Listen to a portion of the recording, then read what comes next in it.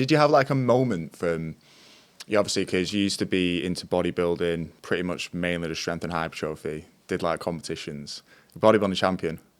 Yeah, I Yeah, won. yeah. Yeah, I won a natural show in Wales. It was with BMBF, which was one of the natural bodybuilding federations, Right. and it was like the Welsh qualifier for the Brit. And what year was that? Oh gosh, We're going back now, bro. yeah,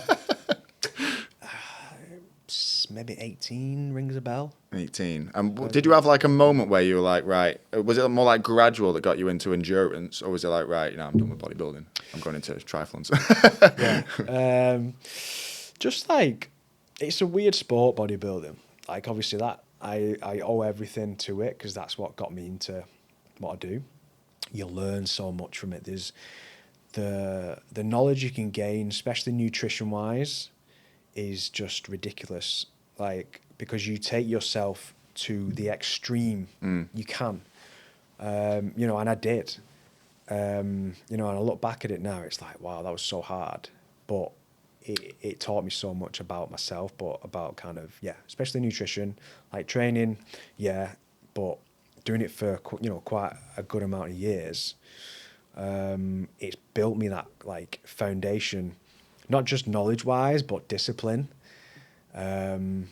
I would never cheat on my diet, ever. No. And did you find it more difficult, like being in a deficit or a surplus? Because obviously we've got the phases of the program, and I always say, like, when someone is nearing the end of that fat loss transformation, I say, bro, like, if I would much rather be in phase 1 than in phase 2, because obviously after that initial maintenance phase, like, and you come into a surplus and you're eating north like 4,000 calories, or trying to, like, consistently every single day, that was way worse for me, bro. I was up at midnight, I was stirring my Cocoa Pops, Well, bro. you can't finish the 10,000 calorie challenge, can you? Yeah, that was only a 7-hour window though, bro. Give me 13 hours next time. Bottled it. I did bottle it, to be fair, bro. I did bottle it. I ain't got the appetite for it anymore, bro. No. I think it's because I've not really been in like a proper bulk or reverse diet for years, since like 2019. Now, I think because I'm much more into like functional fitness now, I just sort of sit at maintenance, and I'm not really too bothered about the body composition. Like, as long as I hit my protein and get my calories, I'm not going to shrivel up if I'm doing like more cardio. Exactly. But yeah, did you find it more difficult being in a surplus or a deficit? Because obviously you, like I say, as a bodybuilder, you're at the extreme, aren't you? Like, you're not cheating on your diet at all. No. Like, you know what? I didn't necessarily do the surplus bulk properly. I never did. Like, I got fat, right? I've seen there's pictures of myself and my head is like a moon, right? Perfect. And I look back at it, I'm like what was I doing? I remember I used to think I looked good, right? I think heaviest I got was like 86, 87 kg, and I'm 5'9". I'm not tall, right? And I had a decent amount of muscle, but I was 85, 86, 87 kg. But I wasn't actually eating a lot of food, right? And I actually look back now, I'm like, I don't even know why I was that fat. I don't know why. And there's pictures of my, obviously at my old job, and I'm in this shirt, and with everyone else falling out of it. I'm like, oh my God, it's horrible, right? But that's just my opinion of it, right? So I personally probably never did it heavily. I probably maxed around 3,000 calories and stuff like that, but I didn't do cardio. I didn't do anything. It was just training. And I probably train 5 to 6 times a week. I was strong, don't get me wrong. Like, I used to be able to squat 4 plates for like eight reps. Sure. Yeah. Like, every week we'd do it, and the training is intense, like really intense. We used to do like stupid stuff. But the deficit for me was like, it was enjoyable because it was so hard, and getting myself to that level where I knew I needed to be. I remember, like, I used to go and do cardio in the morning. So I did cardio every day. I think I did like an hour and a half every day. Mm-hmm. And I'd train 6 times a week. This is like right at the end of like the last competition prep I did. I'd do it in the morning before work. I'd go back home, I'd get a shower, I'd get on the train to work to Manchester. And that was an hour there. Obviously, I'd eat all my meals at lunch. I'd go and do my steps, right? And I'd come back. And at the end of it, at the end of the prep, when I was so lean, I struggled to walk. I was like, it felt like I was walking on the moon. Like, seriously, I've done a lot of competitions, right? And then that last one, because I got so lean, like, I just had nothing. Nothing left. Nothing. And I used to get it where I become so sensitive to carbohydrates, because I do like at the end, I do like 0 carbs for Keto like 4 or 6 weeks or something. Like, George was my coach, and That's wild, that. Tried to kill me, right? It worked, yeah. It worked. It worked. But then, at what cost? yeah, I was just, you become a shell of someone. Like, I didn't have mood swings. I just had nothing, essentially. I weren't happy. I weren't sad. You become like emotionless. Emotionless, right? And then I'm trying to be in an office full of people who just eat shit all day. And there's chocolates everywhere. Like, it doesn't bother me because I just won't eat it. I never did. But yeah, I'd used to, like, say at the end of it as well, when I'd carb up for a show, my blood sugars would spike so much that it would dump so much insulin, it would pull it too far down, because I was so sensitive, because I've not had them for ages. And then I would go hypo. So that's essentially when your blood sugar drops too far. And remember, I'd just be obviously doing my steps at lunch. I've just had like my lunch carb meal. And again, it's a lot of carbs for what I was used to. And I'd like get these cold sweats. You know, I'd feel faint. I'd have to stop, mate. And I'd have to have some more carbs to bring it back up again. But that's just like showing the extreme of what happens to your body when you take it to that far. Yeah, I think this is what people don't often talk about, though, with bodybuilding shows. Like, it looks great, and, you know, on stage, giving it what for, but the build up to it, especially if you are taking it super seriously, it's not pretty, isn't it? Like libido as well, like low sex drive and emotionless. It's wild, right? Zilch of that, mate. Yeah, no one really talks about that. Obviously, being a natural athlete as well, you know, you have it probably a little bit worse in that sense, in terms of that sex drive and testosterone, and that won't come back for months. It won't come back for 4 months.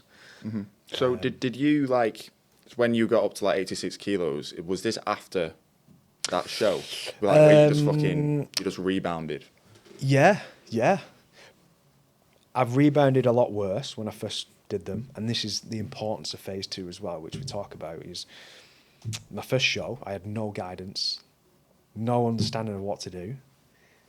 I thought it was good to put on as much weight as I could. So you can understand, and for anyone who's ever done some sort of extreme diet, you know, your hunger hormones, leptin and ghrelin, are just crazy. They're everywhere, right? Up and down. So, and I was someone who was extremely food focused. Even though I didn't eat it, I was extremely food focused. So, and you get to a point after that where you can't get full. You physically cannot be full. Right? It's this weird, scary feeling. And again, that's, you know, another topic for like eating disorders after bodybuilding shows. But, you know, I've experienced the worry of that happening, but having the ability to be able to control that. So did you find yourself binging? It was, and it's not, you know, binging where you'd probably do now. You go and have a Domino's and stuff like that. Yeah. It was, you can't stop. You can't. You have to stop yourself because, again, the hormones there to tell you are full, they don't exist. Non-existent.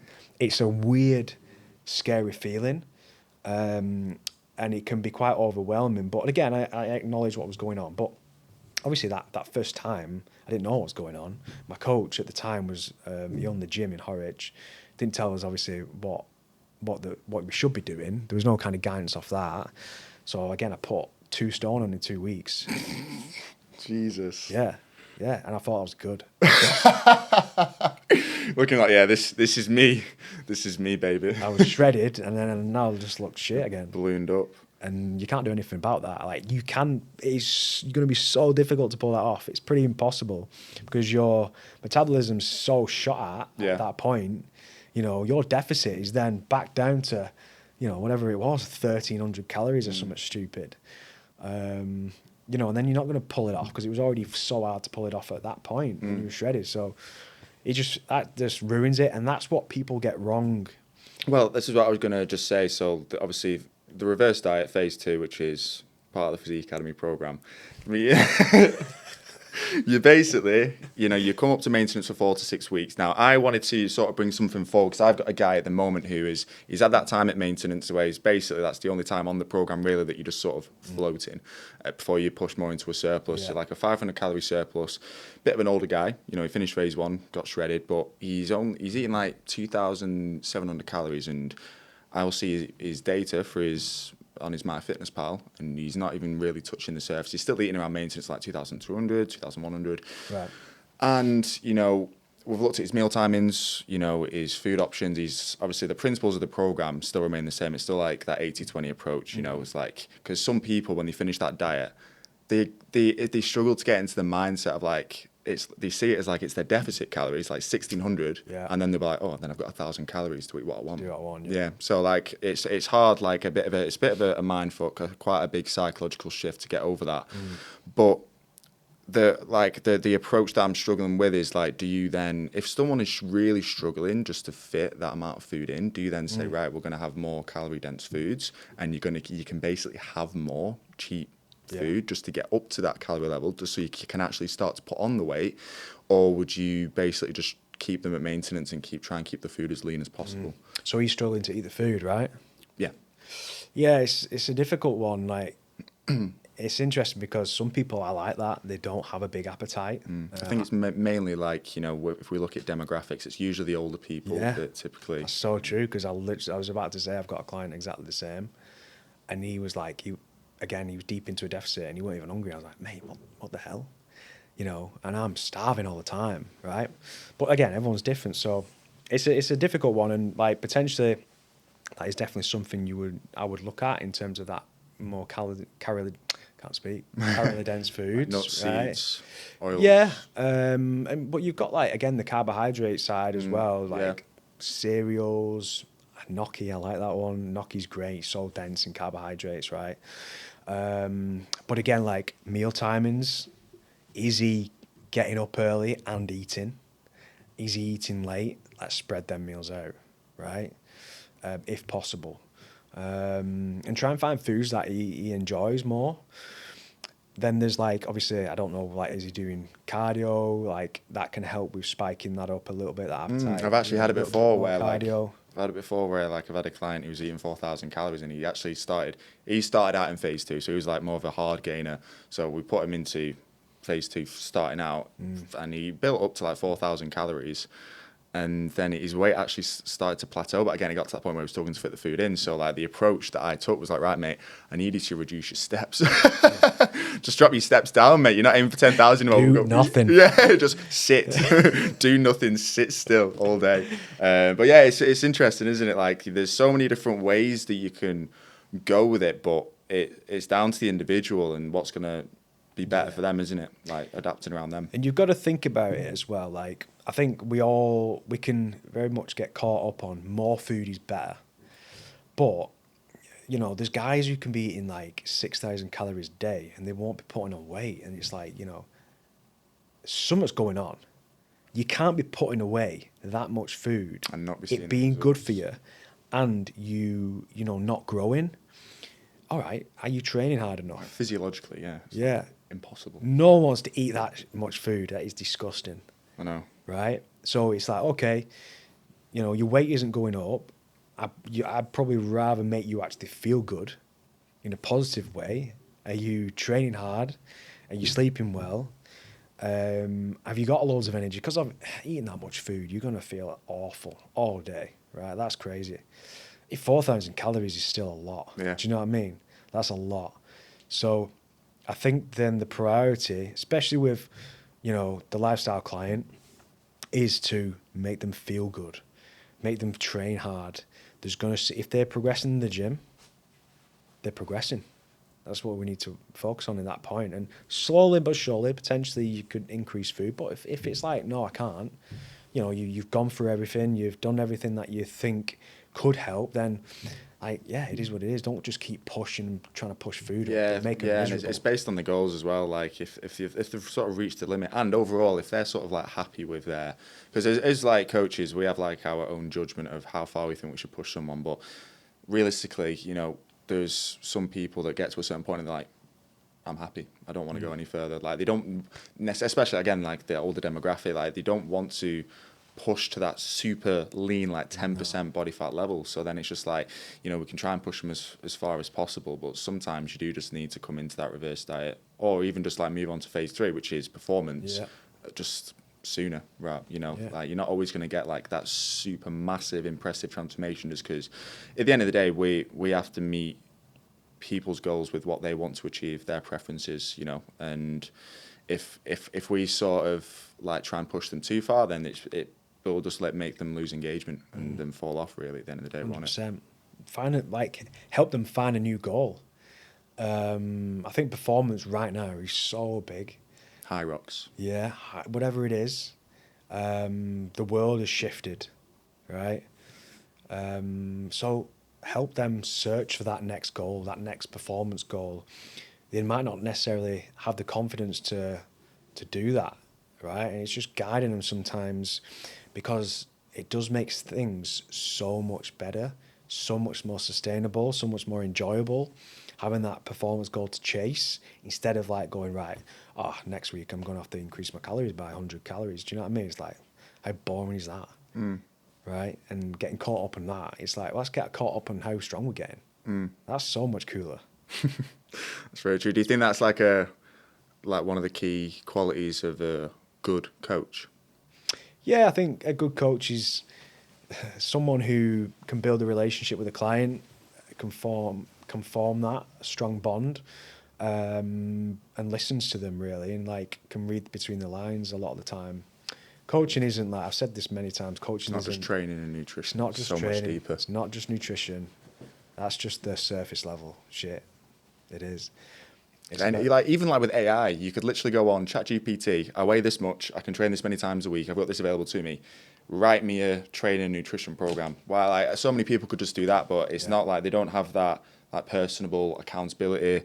You know, again different approaches. If you do hit a plateau, if you do stall, so there's like say it's more around the communication, the approaches that you use with each individual, rather than just like the simplistic, you're doing this many sets, or this advanced approach, or this superset, this drop set. Like it's more around the education around why it's beneficial for you, but ultimately it's the accountability, the communication, and seeing people more as like a mate, friend, rather than just like a working acquaintance, a brother, the brotherhood. Yeah, man. And that's another interesting topic, especially with the field that we're in. I think that's where we shine, because there's so many different types of coaching, like, you know, the endurance space, right? You won't get that personal approach. It is, you're there to get someone from A to B for an event, a race, right? So there's no real need for that that kind of accountability in terms of the actual one-to-one coaching. You know, it's like, this is the plan. You've got it on your training app.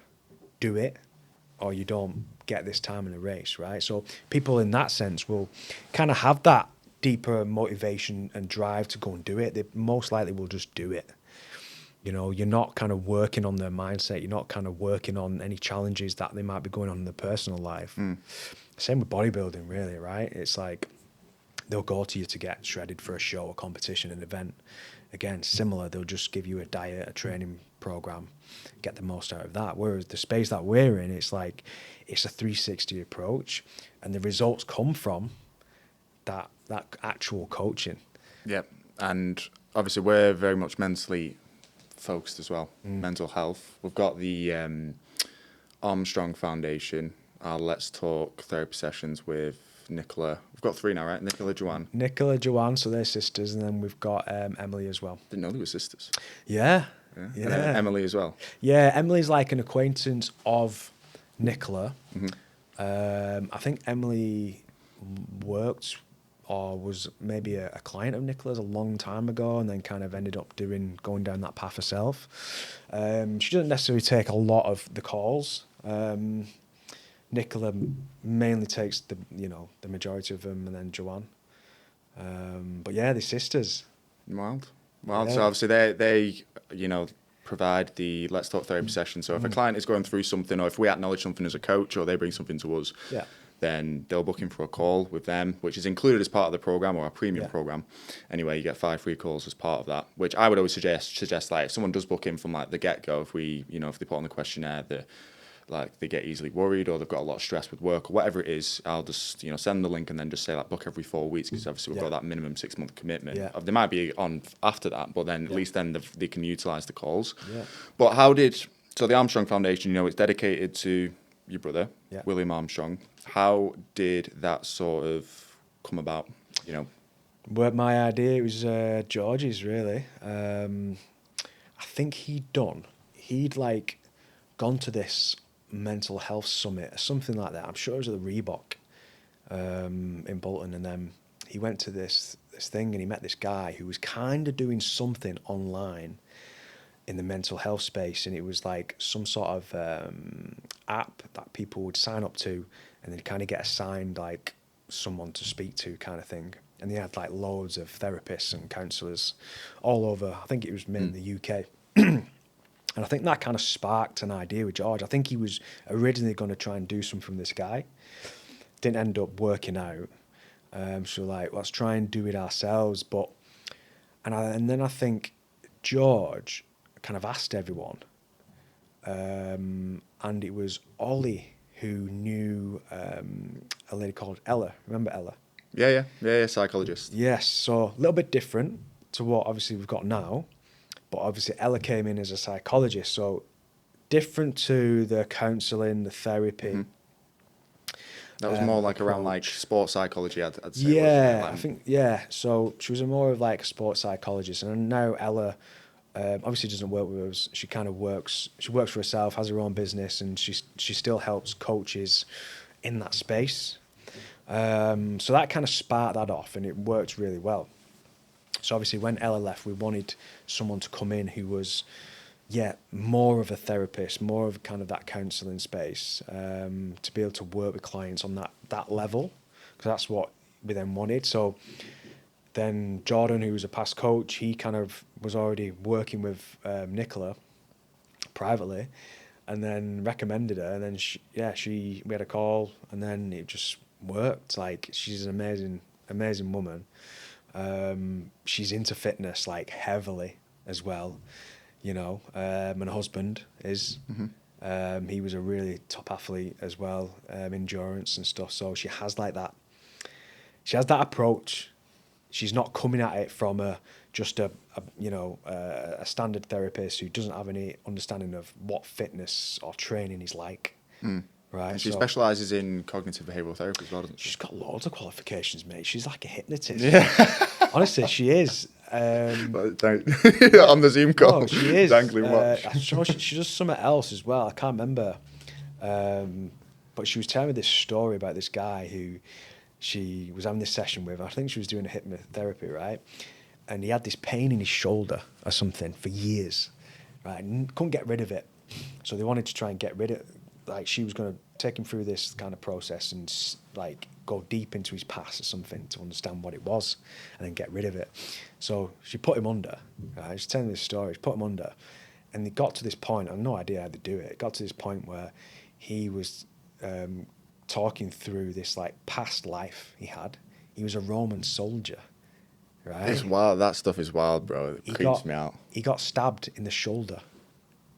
Right? That's why he's got this. Yeah, he acknowledged it. So obviously went through this process while I was under. Understood that it was this like past life. Woke up, was gone. She told me that story. I was like, nah. That's wild, bro. She was like, it's true, and I believe her. So I've not done it. I'm quite scared to do it. To be fair. It's like them people that have them seances that can like they think they can speak to the afterlife and stuff, bro. And like your granddad, he says this to you, bro. Yeah. That I couldn't do that, mate. No, I'd be that. We sat there in floods of tears, bro. I don't believe it, but I want to do it. And I think if I had it done to myself, I'd probably do. Like, my mum loves it. Like, she has them done all the time, mate. And she says some wild stuff, and like, nah, that can't be real. You know, I think until you've done it and tried it, you don't know, do you really? No. No. But yeah, they're amazing. Like, I think we're averaging around 50 calls a month at the moment totally on the Let's Talk. So that's 50 clients getting support. Obviously, internally, our team get to use that service as well. So all the coaches, all the different business areas, but also we offer that to family as well within the team. So I've actually had a client's wife, I think, book him. So yeah, if it's a close family member, then it's amazing. It's gone so well, and it can completely change the business. And like, people obviously now come to work with us because of that. You know, and I think men need that. You know, they need that added support because, like I said before, our demographic, this lifestyle client, you know, the average man has, you know, problems going on, like we all do, and we need to talk about that. And do you think, you know, don't want to get too deep, bro, but obviously with the Armstrong Foundation, it's derived around your brother, obviously, which sadly passed away a few years back. You know, do you think this is just like a positive force to sort of keep his like legacy in a way alive? And is that something that you like, you know, you enjoy just still sort of dealing with yourself, like with, you know, if you're speaking to Nicola about it, or you just sort of like the general struggle of that and overcoming that? Do you think, you know, the Armstrong Foundation has just sort of helped lift that in a way? I think obviously George wanted to do it originally because, you know, off the back of it as well, to try and, you know, have that legacy there. And it says that on the website, right? It's in memory of him. So, you know, we want to do that. The main goal, we're in that process of doing it now as well, is to raise money. So obviously we've got the Let's Talk service, but we've also got the foundation, right, which is in memory of Will. And that foundation, eventually, when we've got enough money, is going to be able to help everyone, like the general public. It's not for clients. It's not paid. This is we're going to fund that through the act of goodwill. Yeah, I think we're trying to raise £10,000. A few thousand already, I think, when I last saw it. Yeah, it's doing all right. Like, it's amazing. We've had clients, we've had like random people donating, and that's, again, to be able to provide that to, you know, as many people as possible. Obviously, you've got to pay for these sessions. You know, they're not cheap nowadays. It's £50, right, per session. So we want to be able to raise enough money so we can help, you know, a decent amount of people, whilst then still raising money after that. So, but yeah, it's you know, it's been difficult. But I think that's the main reason. We don't want it to just be forgotten about as well. So if we can try and help some people along the way, that's kind of what we want to do. Awesome, mate. Awesome. So we'll shift topic. Well, I've not actually spoken to you, bro, about like your current training. You said on your Instagram today, you'd already told me on the weekend, but you want to be, oh no, that was yesterday actually, you said on your Instagram, but you want to qualify for World Champs. Yeah. 70.2. 70.3. 70.3. Sorry. So what's like your current, I know obviously Ollie's doing your training. Yeah. And nutrition, just like your overall program. Yeah. So obviously I got into triathlon and endurance side and stuff like that, and it was just like a natural progression to race and stuff, and I was like getting all right at it, and you just get that bug, right? I just caught that bug with it, and in the position I'm in now, personally, family, stuff like that, the amount of time I've got available to myself, my ability as well, I'm like, I'm not going to get many more chances now to give it a go. And like, I'm in the peak. Yeah, I was going to say years of my life, and that is a challenge in, you know, endurance sports, because, you know, you qualify through age category. So my age category is 30 to 35. So, you know, realistically, it's going to be the top guys in that age cat who are going to, you know, be at the pointy end of the race, or at the front of the race. So, you know, it's going to be a difficult challenge, but I like a challenge. So To actually qualify, what's like the criteria? It's normally positioning off the back of how many people are in them age categories, really, like, you know, potentially like top 5 or something like that within your age cat. So it just depends. Could be top 6, top 7. I didn't do it last year, or this year just gone. I got 12th age cat, 40th overall. So obviously that just shows kind of where I'd probably need to come in the entire race, right? So 40th overall, 12th age cat, I could have to come top 10, right? So it just kind of shows, you know, how difficult it's going to be. And obviously these guys nowadays in endurance sports, triathlon, they're training like pros, right? So the hours that is required to be at that level is a lot. Do you think that like the people at that level, is it basically like their full-time job? Like they'll have like, maybe they might have like a following on Instagram, they've got like brand deals, sponsorships, stuff like that. Or do people, coaches, suppose, You but know, there's not people that surely that can be at that level that just have like a normal office 9-to-5 job. Yeah, you can do. Really? It's just like stupid hours, isn't it? Yeah. Like 9 to 5. So It's basically just be training. Like you 6 spend a.m. every hour of the day that you're not working, you'd be training, basically. 100%, mate. Yeah. But like you said, like similar to myself, have that bit of flexibility. Like I class training almost as work as well. So, you know, I have that one session within the day where I do that during work hours, for example. But like I said, like, you know, I'm doing, say, 14 hours a week now, and that could probably get up, you know, to like, say, I don't know, around 20, it depends. But again, it's like trying to fit it around your own personal life. So Ollie won't just say, right, Harry, you got to do 20 hours a week, because when I can't do it. But, you know, say the pros, they might go up to 30 hours a week. But so again, these guys who are at the pointy end of the races, they're doing, you know, stupid hours, again, 20 hours a week.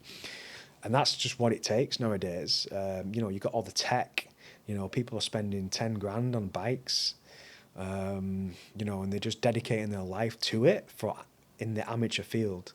So even though it's, you know, it's amazing, like how fast and how good these people are becoming at an amateur level. But then sometimes you could be racing some like just newly turned pros as well, like the Bolton just gone. I know there was the top 2 had just already turned pro that year, so they were still in an amateur, license and hadn't, you know, fully transitioned over to pro, but they just turned pro. So that's just showing you how good they are. Do you know what I mean? One of the guys, I just saw him on Instagram before, who came second, he's just done a 30-hour week. He's obviously turned pro, now he's on that level, so you've got to. That's full-time job. This is full-time job, bro. Don't do anything else. 30 hours a week. It's crazy, isn't it? But obviously that's a 3-discipline sport, whereas if you were in a single discipline sport, running on its own, you'd probably be doing the same. Cycling, you'd be doing the same. Swimming, you'd be doing the same. Yeah. What's your favourite out of them all? Run, bike, swim? I like cycling because it's more of the adventure. It is a lot going more at a quicker pace. Yeah, more of a social thing. Summers, you know, I do 2 chain gangs a week. One at Chorley, one in Leyland, which are like a really fast-paced, almost like race-style ride with groups there. That's so fun. The adrenaline is just like you're going round. In the one in Leyland, it has a few descents and really tight corners, like through the trees and stuff like that, towards like Eccleston. And you're going 35 mile an hour, like 2 inches off the back of a wheel in a line of like 20 people, right, side by side. So you're flying around all these bends and stuff. You get a little bit too much slipstream, bro, then. It's so dangerous, right? Yeah. It's so fun. Cycling is dangerous at the end of the day. And you're just like, come on! And you're full gas. It's amazing. I love it. But cycling, it's great. Like, we go on cycling holidays. Do you think that's like that's the one that you're the best at? I don't know if I'm the best at it. I'm quite a natural good runner. My running's not been the best because I've been injured quite a lot, so it's almost like knocked me back. But I think if I was like training on top, you know, doing my running and I was on top of that, I weren't injured, I'm not injured now, by the way, but like if I was at my fittest, my running would probably be my strongest, whereas cycling, probably not a natural born cyclist. Your recent, I'm not really clued up with like what like a sick bike time is, but when you posted your recent Was it FTP? The race. No, it was the Bolton Ironman. You did that 128 for the. Oh, that was the run, yeah. For the run, yeah, that's what I mean. Yeah, so that's that off the back of doing like a swim bike, mate. That's wild. That. I surprised myself, right? But if you think about it, the guy who won, I think he was like 119. That's what you're up against. No pressure. It's not. You've let everyone know now, bro. Now you have to qualify. I won't do that. I'm only kidding. I'm aiming for low 120s with Ollie. I think I can do that. But yeah, like my bike went really well at Ironman. Like I hit the most power. Like in cycling, you kind of go off power. So hit the best power I'd done for that duration of time. It was really good. I was quite fast. Like I'm a decent cyclist. Like I know how to handle a bike and stuff. Triathlon and actual cycling is different things. Like triathlon cycling, I don't really see it as cycling because you're locked in. You're not drafting. You're not sitting on wheels. You're not actually manoeuvring and cycling properly. It's like it's a time trial. Right, whereas actual cycling, again, chain gangs going round sharp bends at 35 mile an hour, 2 inches off a wheel, that's cycling. That's intense. You'll see it on Tour of France and stuff. There's fucking massive crashes and it's crazy. That's really fun. Yeah, triathlon cycling is what it is. Yeah. I mean, is there anything you want to ask me, mate, before we start to wrap up? Of course. What's next for you, Ash, mate? I've got Hyrox in Belgium, April, week before I go to snowbombing. Yeah. Fortunately, so I'm in the midst of training for that. I was meant to do a doubles earlier on in the year, but that fell through. It's meant to be with Jamie, but then he couldn't do it, and then it was like too close to the event. And I emailed them, was like, can I swap it to a singles? No, we're fully booked. But like the thing is with Hyrox is if you're doing a doubles, you have to be such like a similar fitness level. Like otherwise there's going to be one of you holding the other person back. So I didn't have someone that I could rely on that's like, like within such a short time frame that's going to be of a similar fitness level to me. So this time I was like, I ain't doing a doubles, I'm doing a singles. Yeah. So what are you aiming for? I want to do anything under 1 hour and 10 minutes. Right. I think, especially like, because I was never a long distance runner. I was always like in high school, I was like 100, 200. I used to run for like Blackburn Harriers, doing like short distances. Yeah. So like anything over 5K, realistically, just was foreign to me. Coming off the back of like doing like just like bodybuilding training or strength and hypertrophy, just trying to get jacked, trying to get wham. Yeah. But now, like, I have been enjoying it. I have made like a video on like the struggles that I've had with like overtraining, and because going into Hyrox, like to start incorporating like your C2 row, your C2 ski, your runs each week, like 3 runs, like getting all like your tempo work, your interval, your zone 2 work. It was just a really big difficulty for like to go from like training just like push pull legs 6 times a week and training like for an hour and a half just doing weights. So initially I was trying to just do what I would normally do volume wise with my resistance training, but then I'd be in the gym for like 2.5 hours. So it's trying to just sort of strike the right balance, because obviously I still want to keep my resistance training as a core component of what it is I'm doing, but then making sure like I'm hitting my C2 and my runs, because like running is the majority of a Hyrox. I think it's suited to me though, because I like the variety with it. I think me doing like a half marathon, it's a good accomplishment. I just get bored, bro. Get sick of running for that amount of distance. Boring. So like, because you're doing like a ski row, you're doing burpees, wall balls, lunges, sled push, sled pull. It's like it's a good amount of variety. So yeah, I mean, if I can get under 1 hour and 10, I'd be happy with that. One of my guys that I work with, I mentioned to you the other day, he's doing it as well. What's he aiming for? I don't know. I don't actually know yet. We've not actually. He's got a knee injury, so we've not actually started proper. I might just give him 4 weeks, just so he's not. You can't do this one. He can't beat me, bro. Next one. Yeah.